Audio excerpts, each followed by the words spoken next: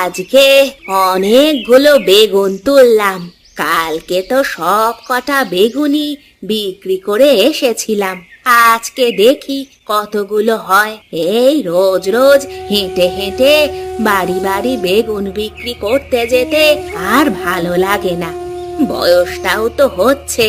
বাবা রমেশ, বাবা রমেশ, একবার বেরিয়ে আয় তো বাবা। হ্যাঁ মা, বলো কি বলবে। কি ব্যাপার বাবা, এরকম সেজে গুজে তুমি কোথায় যাচ্ছ? মা, এক স্থানীয় কারখানায় কর্মখালির খবর বেরিয়েছে। আমি সেখানেই যাচ্ছি পরীক্ষা দিতে। যদি এবারে কাজটা পেয়ে যাই তাহলে তোমার সব কষ্ট আমি দূর করে দেব মা। ও, তাহলে তো খুব ভালো কথা। তুমি কি এক্ষুনি বেরিয়ে যাবে বাবা? আমার তো রান্না বান্না কিছুই হয়নি এখনো। না মা, রান্না বান্না করবার প্রয়োজন নেই। আমি বাইরে কিছু খেয়ে নেব। যত তাড়াতাড়ি সম্ভব কারখানায় গিয়ে পৌঁছাতে পারলে বাঁচি। আচ্ছা, তুমি কি জন্য আমাকে ডাকলে বললে না? না না বাবা, ও কিছু না। আমি বলছিলাম কি, আমার ব্যাগটা যদি তুমি বাজার পর্যন্ত একটু পৌঁছে দিয়ে আসতে। সে সময় তো তোমার হবে না। তোমার পরীক্ষাটা আগে দিতে যাওয়া উচিত। সেরকম কোনো ব্যাপার নয়। চলো না, তোমার ব্যাগটা বাজারে পৌঁছে দিয়েই তারপর না হয়। না বাবা, তুমি খুব ভালো করে মন দিয়ে পরীক্ষাটা দিও, কেমন? আচ্ছা মা, তাহলে আমি আসি, কেমন? আচ্ছা বাবা, এসো।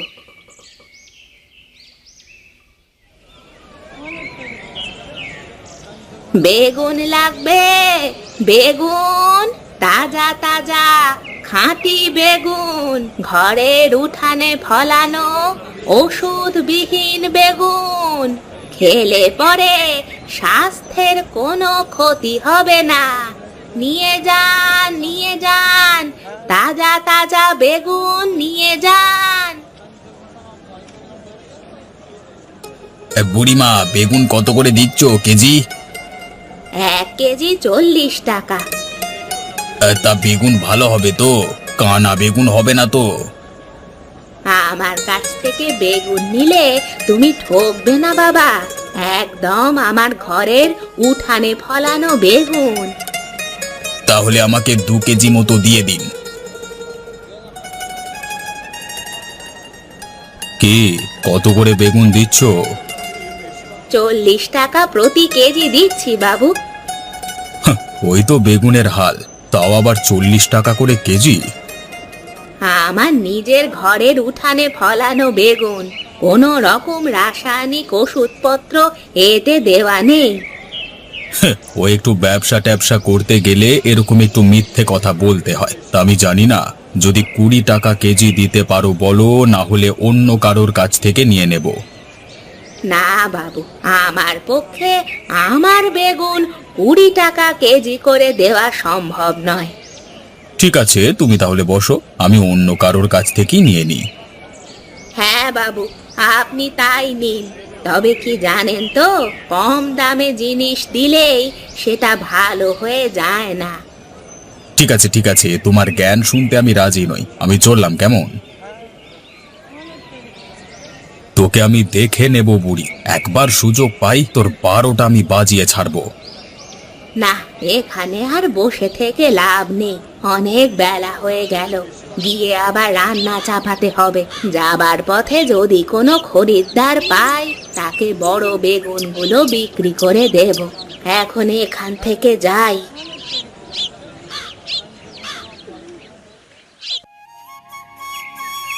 ও বুড়িমা, একবার দাঁড়াও গো বাপু। বুড়িমা, একবার দাঁড়াও।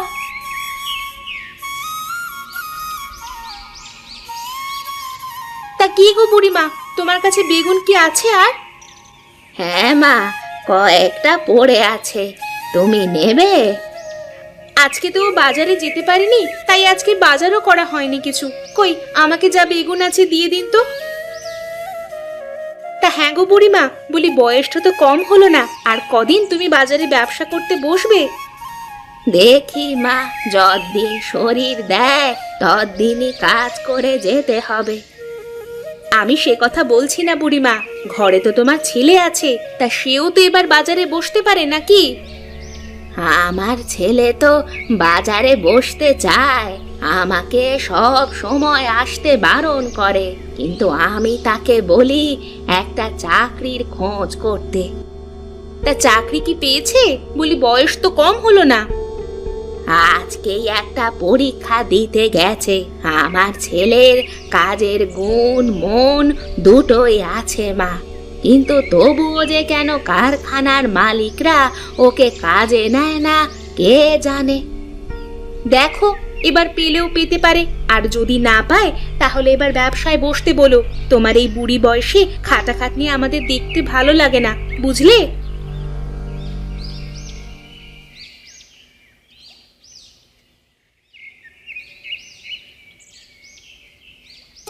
মা, বাজার থেকে ফিরেছো মা? আয় বাবা, সেই কোন সকালে গেছিস, এতক্ষণে তোর আসবার সময় হলো? কি করব বলো মা, পরীক্ষা তো আমি একা দিতে চাইনি, প্রায় 100 জনকার পর আমার পরীক্ষা হলো। তা বাবা, সকাল থেকে কিছু পেটে পড়েনি, তুই হাত মুখ ধুয়ে আয়, আমার ভাত আর বেগুন ভাজা প্রস্তুত, গরম গরম খেয়ে নিবি, আয় বাবা।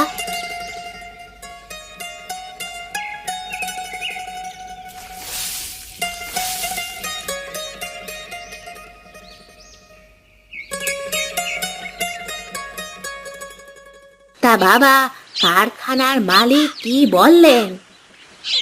কিছু বলেনি এখনো, বলেছেন যদি আমি কাজটা পাই তাহলে 2 দিন বাদ চিঠি মারফত আমাকে জানিয়ে দেবেন। এবারে যদি না হয় তাহলে আমি সিদ্ধান্ত নিয়েই নিয়েছি কি করব। কি সিদ্ধান্ত নিয়েছিস বাবা? সেটা আমি তোমাকে এখন বলবো না মা, 2 দিন যেতে দাও, দেখি কি হয়। আমি তো মন প্রাণ দিয়ে চেষ্টা করেছি যাতে কাজটা আমি পাই, তারপর দেখা যাক কি হয়। আচ্ছা বাবা, বেশ, তুই এখন পেট ভরে খা।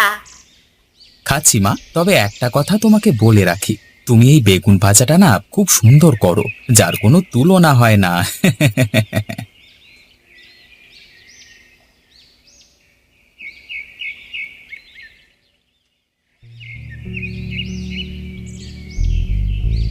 এটা কি, রমেশকে আবার কে চিঠি লিখলো? না, এটা তো মনে হচ্ছে কোনো কারখানার অফিস থেকে লেখা হচ্ছে। কই দেখি তো চিঠিটা খুলে কি লেখা আছে।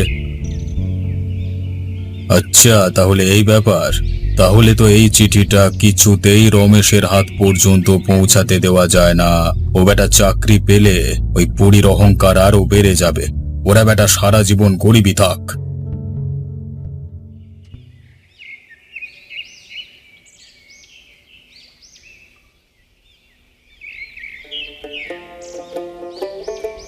মা মা, জলদি বেরিয়ে এসে দেখে যাও কি নিয়ে এসেছি, দেখে যাও।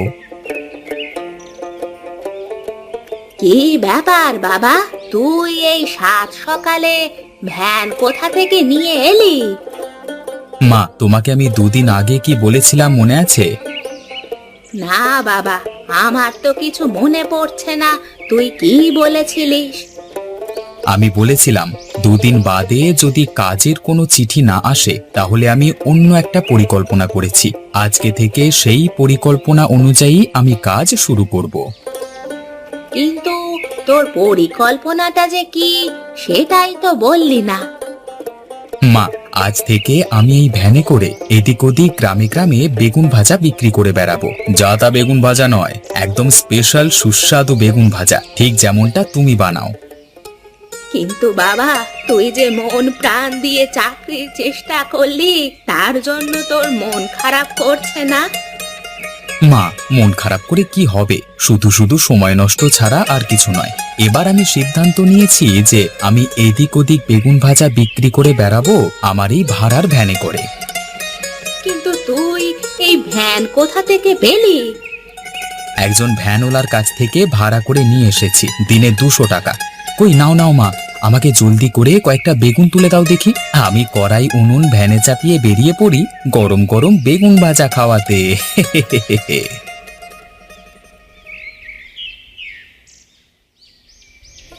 বেগুন ভাজা খাবেন, বেগুন ভাজা, গরম গরম সুস্বাদু বেগুন ভাজা। একবার খেলে বারবার খেতে ইচ্ছে করবে, মুখে লেগে থাকবে সারা জীবন। খেয়ে যান সুস্বাদু বেগুন ভাজা, খেয়ে যান। ও ভায়া, একটিবার দাঁড়াও দেখি। হ্যাঁ কাকা, কিছু বলছিলেন? বেগুন ভাজা বিক্রি করছো? তা কত করে পিস? হ্যাঁ কাকা, একটা গোটা নিলে 10 টাকা, একবার খেয়ে দেখুন না। তা বলছো যখন দাও, একবার পরখ করেই দেখি কেমন খেতে তোমার গরম বেগুন ভাজা। বাহ, এই যে দারুণ সুন্দর খেতে গো। এই বেগুন ভাজা যে অরুণদার বেগুন সুন্দরীকেও হার মানাবে গো। আপনাদের ভালো লাগলেই হবে কাকা, আমি তো আপনাদের ভালো জিনিসটা খাইয়ে সেবা করতে চাই।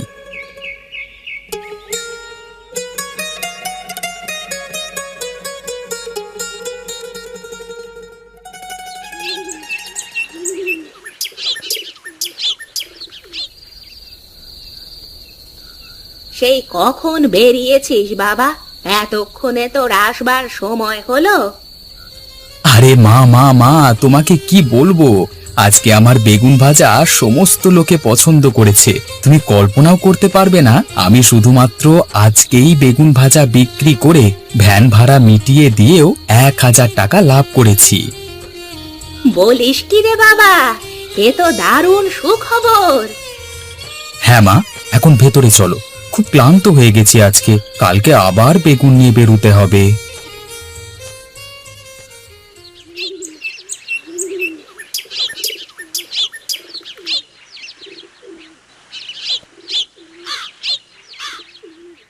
রমেশ বাড়িতে আছো? রমেশ?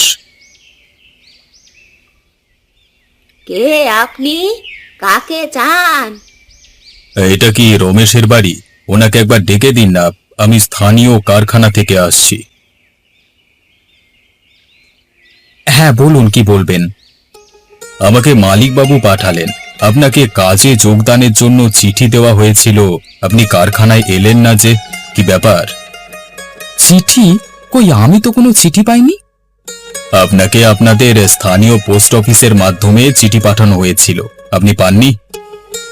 আমি বুঝতে পেরেছি বাবা, ওই পোস্টমাস্টার হিমাংশু বাবুর সাথে আমার সেদিন বাজারে একটু ঝামেলা হয়েছিল, তাই জন্যই বোধহয় সে ওই কাজের চিঠিটা আমাদের হাতে দেয়নি, আমাদের ক্ষতি করবার জন্য।